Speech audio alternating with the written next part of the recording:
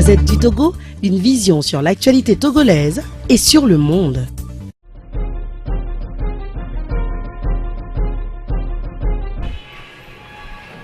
Ainsi donc, disons-nous, les élections législatives du 20 décembre 2018 posent un bon nombre de questions, à savoir 1. Comment se peut-il qu'un scrutin législatif boycotté par une frange significative du corps électoral transcende l'arithmétique ainsi que les réalités politiques partisanes pour atteindre un taux de participation nationale se hissant à près de 60%, alors que dans le même temps et dans le même espace national, les formations politiques issues de l'opposition demeurent majoritaires dans le pays, et sachant que le groupement qui les porte a appelé au boycott. 2. Comment se peut-il que des mouvements associatifs prétendument indépendants, procédant d'une création ex nihilo et dont la plupart restent inconnus du grand public, puissent en un temps extrêmement restreint convaincre les électrices et les électeurs et recueillir comme par effet magique un si grand nombre d'élus prétendument indépendants. 3. À la faveur de l'honnêteté qui nous oblige, nous déclarons que dans l'histoire de la vie politique du Togo, c'est la toute première fois que des soi-disant indépendants, dont nul n'ignore l'évidence de leur affiliation partisane, soient en si grand nombre représentés à l'Assemblée nationale, qui, plus est, totalisant un nombre plus élevé de députés que l'ensemble des partis politiques, hormis le parti au pouvoir. 4. Comment apprécier du sérieux et de la crédibilité de ce scrutin législatif dont un faisceau d'indices concordants interroge relativement à son impartialité, à sa régularité et à sa sincérité. 5. Comment expliquer que la CEDEAO, dont la mission d'observation électorale, en réalité une mission de figuration, s'est cantonnée uniquement dans la seule région maritime, semble-t-il, puisse venir délivrer sous le couvert d'une très improbable bonne foi un satisfecit global relativement à ce scrutin législatif. En dépit des déclamations pérorées par des organisations sous-régionales et continentales, somme toute décevantes, s'agissant d'une apocryphe régularité du scrutin législatif du 20 décembre 2018, le peuple souverain togolais, dans son ensemble, a une autre lecture des résultats proclamés en ce qu'ils sont intrinsèquement très éloignés de la réalité. En vérité, nous nous retrouvons en présence d'une chambre parlementaire quasi monocolore. Et cela est un mauvais signal dans le grand projet national de recherche d'une solution consensuelle à la crispation politique qui plombe l'avenir de notre cher pays, le Togo. Je voudrais, à ce niveau de mon message, m'interroger sur la bonne foi de ceux qui animent la vie de ces institutions que l'on désigne sous le vocable de communauté internationale, censée jouer le rôle de garant des droits des peuples et de l'homme, ainsi que des valeurs et principes moraux. En quoi peut-on reconnaître encore aujourd'hui la crédibilité des Nations Unies et autres instances analogues, y compris la CPI, dont les piètres prestations défient la chronique de par le monde? Devions-nous nous résoudre à croire définitivement que c'est une vérité de la palisse que de dire c'est l'intérêt qui gouverne le monde? Ou bien de dire, comme un auteur français, que les vertus se perdent dans l'intérêt, comme les fleuves dans la mer?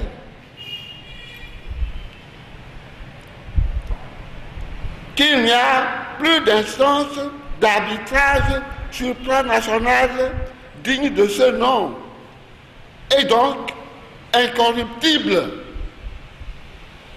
Faut-il donc aujourd'hui nous résoudre la mort dans l'âme, malgré les grandes avancées réalisées en matière de droits humains et droits voisins, que c'est plutôt Jean de La Fontaine qui a toujours raison quand il affirme dans l'une de ses fables: le loup et l'agneau, que la raison du plus fort est toujours la meilleure. Oh, où va le monde? Comment comprendre que la communauté internationale, l'ONU, l'UE, l'UA, la CEDEAO et les grandes puissances planétaires refusent de dire le droit, la vérité, bien que la vérité, et se cantonnent à leurs intérêts égoïstes, au grand mépris du sort des populations, surtout africaines?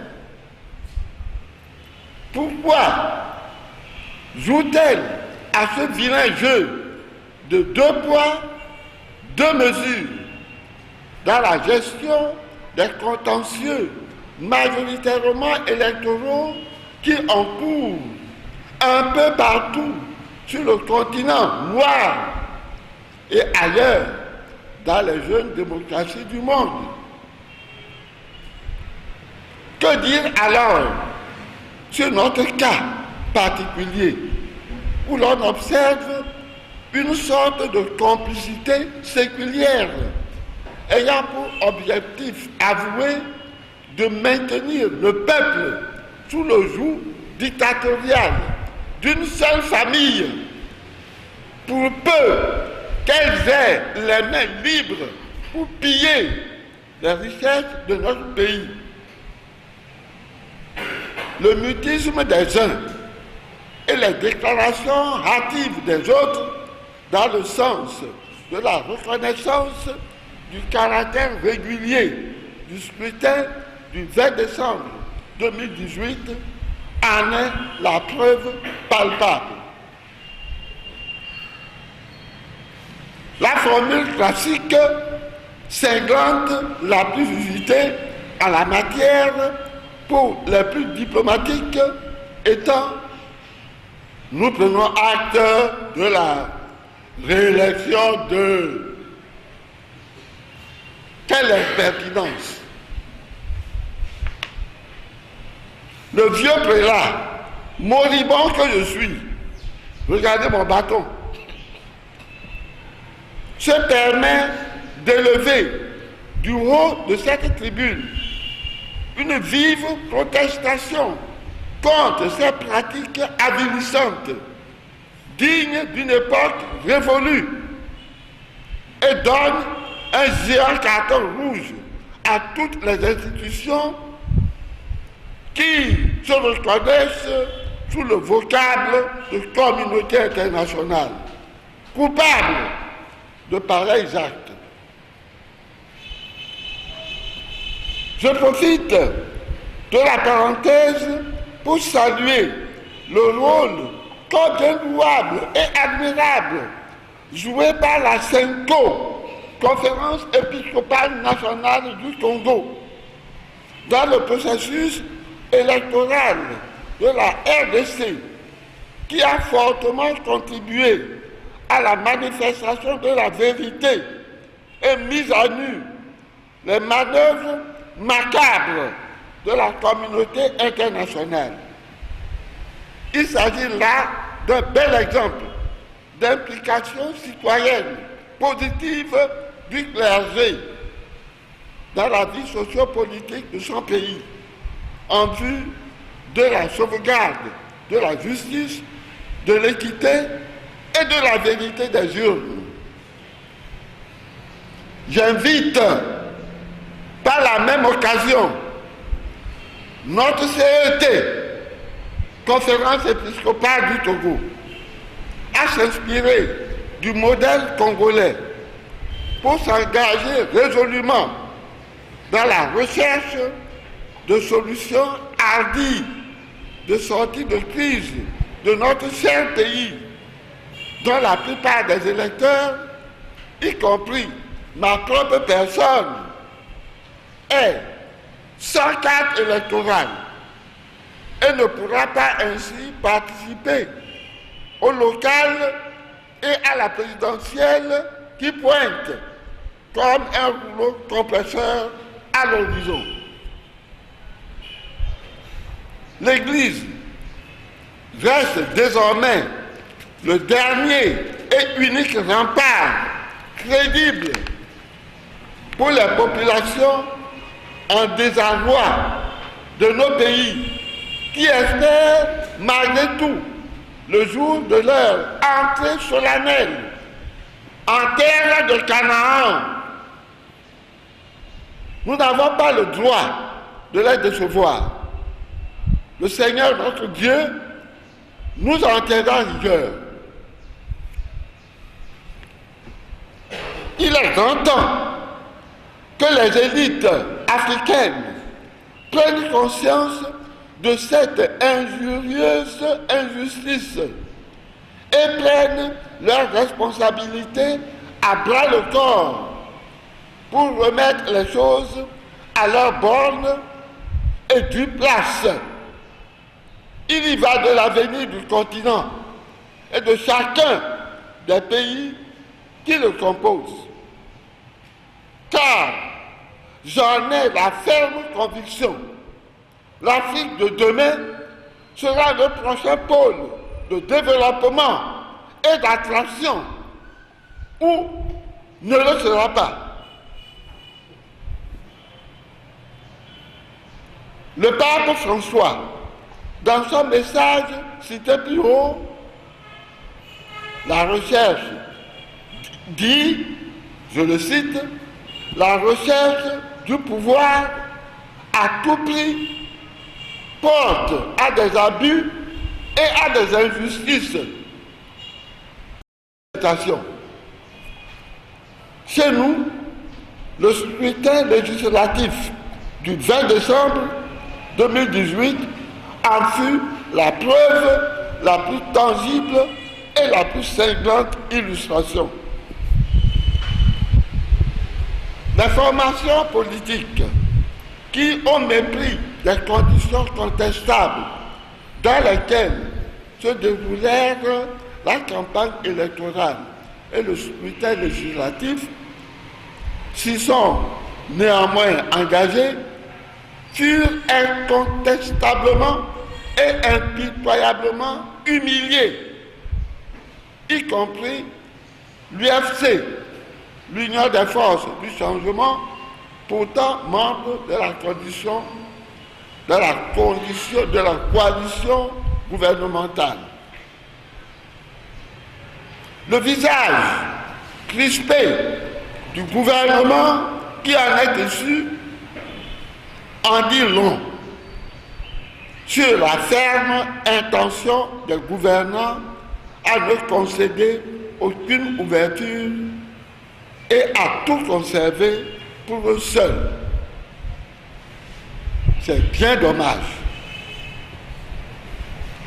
Manifestement, il apparaît que la gouvernance politique de notre pays n'a pas intégré en son modus operandi le principe de prévoyance, au terme duquel la politique est un moyen fondamental tendant à la promotion de la citoyenneté au bénéfice de la cause humaine.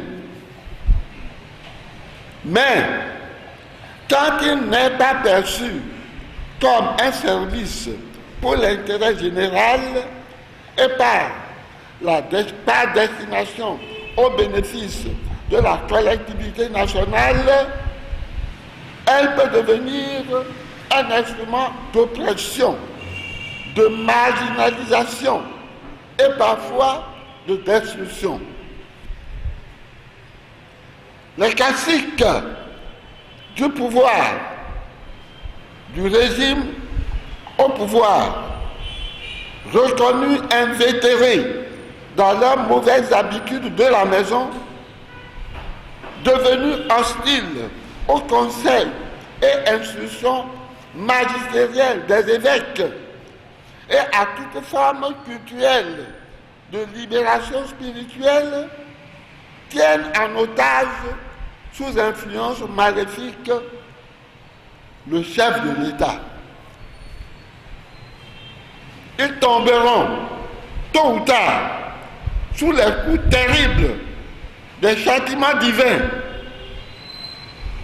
Plusieurs d'entre eux, certes, avoueront plus tard, avec le recul, à leur âme et conscience, très lamentablement, comme ce misérable ministre anglais dont parle Shakespeare dans cette œuvre dramatique, je cite, « Si j'avais servi mon Dieu avec la moitié du zèle que j'ai mis au service du roi, lui, mon Dieu, ne m'aurait pas abandonné tout nu, aujourd'hui, entre les mains de mes ennemis. » Fin de citation.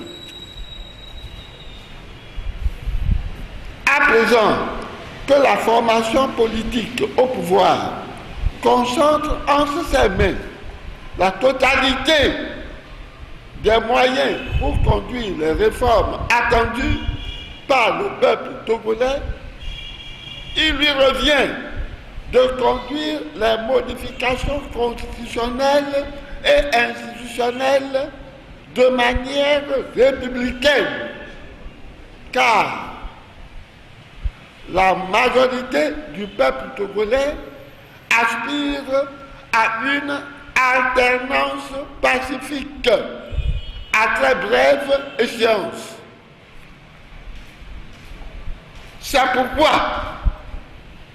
j'interviens d'ores et déjà, en conséquence, sur ce point capital, en insistant sur la nécessité de rétablir l'article 59 de la Constitution de 1992 dans sa version originelle, telle que l'a voulu le constituant et telle que l'a disposé le peuple togolais à travers le référendum plébiscitaire du 27 septembre 1992 Je cite cet article.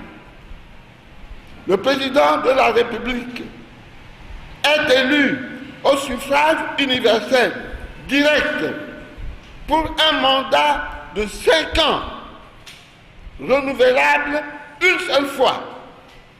En aucun cas, nul ne peut exercer plus de 2 mandats.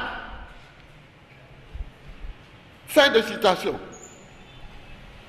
Cet article est le fruit, le produit fini des réflexions laborieuses d'éminents juristes et compatriotes togolais, parfaitement au fait de nos réalités sociales, sociologiques, psychologiques et politiques qui se sont ainsi exprimés, se fondant sur notre passé commun pour construire les fondements de notre vivre ensemble et projeter la trajectoire de notre démocratie fondée sur des règles d'une alternance paisible, loin de toute velléité de conservation du pouvoir au-delà du nombre de mandats constitutionnels requis. C'est la clé de voûte de notre édifice démocratique, nanti de surcroît de la bénédiction du père de la mémorable Constitution de 1992. C'est le fameux toilettage de cet article sacro-saint par une partie de la carte politique togolaise le 31 décembre 2002 qui a produit de véhémentes secousses jusqu'au tréfonds de notre démocratie et est source d'innombrables fissures et fractures que nous cherchons aujourd'hui vainement à colmater, mobilisant tant d'énergie et occasionnant des préjudices insoupçonnés au destin collectif de la nation. Donc, interdiction formelle et absolue de revenir sur cette question dans sa forme soi-disant toilettée. J'insiste, je persiste et je signe.